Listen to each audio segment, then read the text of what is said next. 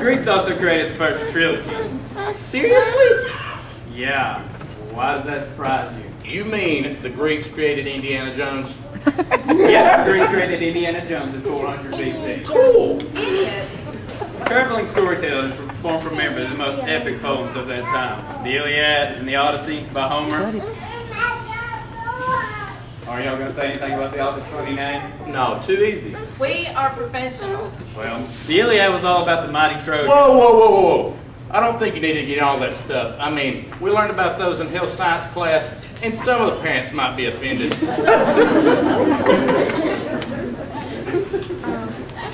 Well, there was a great battle over the most beautiful woman in the world.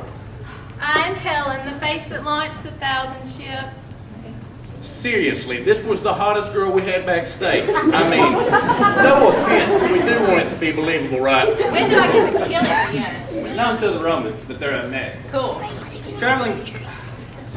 These stories were full of adventures, strange creatures like the Cyclops, Or, the 100-handed ones, and the sorceresses who would turn people into pigs.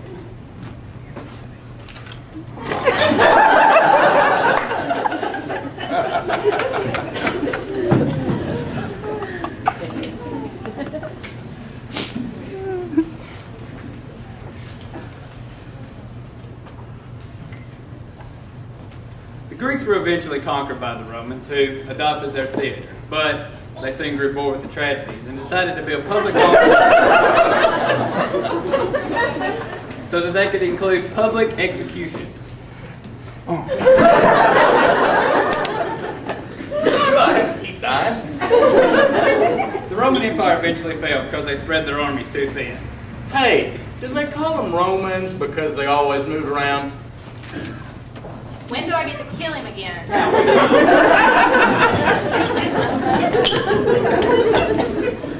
China was also pioneering drama as far back as 2000 BC. It started as interpretive dance, ancestral worship, and military celebration. Oh, and all female roles were played by men. Great. I am never going to live this down.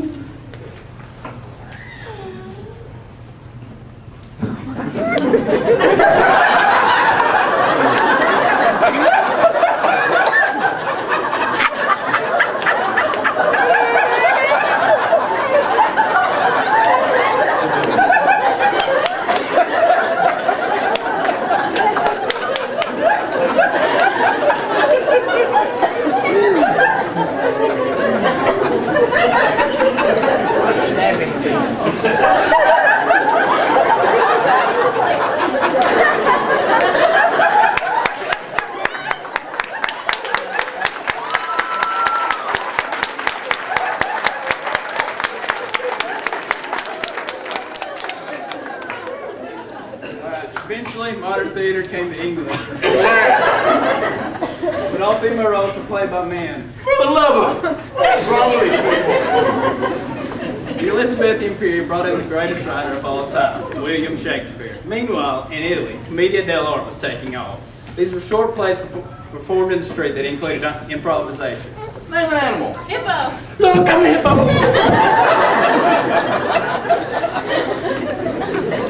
Mimes.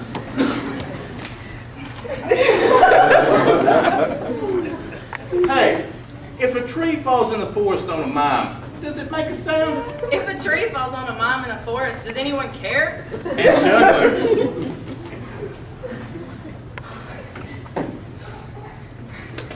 I forgot I can't juggle. Do you think they noticed? No, you played off like a real pro. Mom. Now after this, Hey, Mom. I think they like the jacket. Hey, what are you doing? listen guys, you did great. He's messing everything up. We still have another 400 years to go. Jeez, wake me when it's over. Hey! All right, let's just move on. But I'll talk to him. I'll talk to him. fine, come on guys. Have you ever actually been to a live show? Don't be stupid.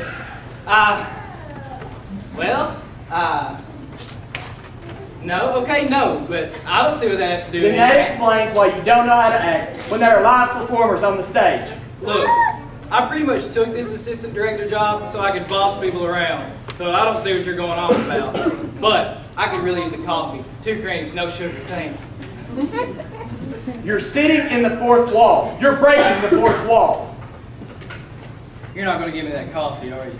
The most basic thing you need to know is that you do not break the invisible wall. Invisible wall? What is this, Dungeons and Dragons? Do you also have some kind of invincibility cloak or a healing orb? It's just invisible, all right? You need to pretend that there's a wall there and that the audience is looking in on our lives. Like the aliens do when I'm sleeping? What? Huh? You need to pretend that it exists even though it doesn't exist. Oh, I get it. Like the lost city of Atlanta. Whatever, you just aren't supposed to break it. Why not? You just aren't, okay? You mean like this? Stop it. Or like this? Knock it off. Look, look, look. I'm breaking the fourth wall. You stick your glabella in, you stick your glabella out. You do the hokey pokey and you shake it all about. Did your mother drop you as a child? Well, it's just the space between your eyes, but it's funny because it sounds naughty. I'm gonna punch you. Shut up. Are you ready to see the first play? I'm getting sleepy and I like to nap between acts. We continue our review of all things theatrical in the Elizabethan times. Enjoy our version of the classic romantic tale from the Bard, Romeo and Juliet. The edited version, using puppets. We're not finished. What do you mean you aren't done with the puppets? We just aren't finished. I know I only gave you like 15 minutes, but I gave you glue, popsicle sticks, and magazines. What more do you want? Well, I'm sorry, but you're just gonna No, don't apologize. If you're gonna be a perfectionist, just sit back there and finish your precious little puppets. Fine. We'll do Romeo and Juliet later. Fine. Someone wake up the assistant director. Hey, buddy. I just had the wildest dream. All right, listen. So it's production night, right? And the director, she took off on us, and we had to do the entire play by ourselves. Isn't that crazy? Oh, crap. Well, while we have some downtime, we thought we might answer some of those questions you asked out in the lobby while you're waiting for the show to begin. Our first question comes from Joe Hunter from Clifton. Joe asked, what does it take to become an assistant director? Well, it takes a lot of dedication and hard work. It takes a creative spirit and the ability to think outside of the box. Good answer. As for stage managing is concerned. Oh, Zach, let's try to stick to the question here. All right, sorry. Our next question comes from Miss Heather Luscious.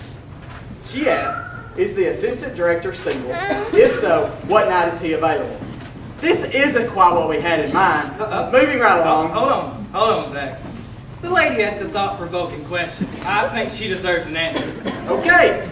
As a matter of fact, I am single, and I'll go on a date with you if you can guess my favorite word. Give up. My favorite word is suit, because it brings you and I together. All right, that's enough. We have one more question. It comes from... Oh, come on now. What? Who's it from? The President of the United States of Cool. And what does this president of cool ask? Would the assistant director like to be my new vice president in charge of chicks? Well, as a matter of fact, I would. Wait a minute, Eric. These are all written in your handwriting. What? Come on, where are the real questions? Fine. Here you go. Remember, Miss Luscious, you and I. You made her up. She's a figment of your imagination. That's okay by me. Okay! Now for the real questions. Michael from Waynesboro would like to know, how do actors stay in mental shape when rehearsing for a play? Hi, good question, Michael. How about we bring out two of our experienced high school actors to answer this question for us? Tom and Carrie, would you please join us? This is Tom. Hi there. And Carrie. Hello. And as experienced high school actors, they're going to show us how they prepare for a play. Well, usually at rehearsals, we start with tongue twisters, stretches, that sort of thing. And after warming up the body and the voice, we sometimes play an improvisation game. First, we ask for a volunteer. Oh, over here, over here. Anybody out there interested in playing a game with us? Me.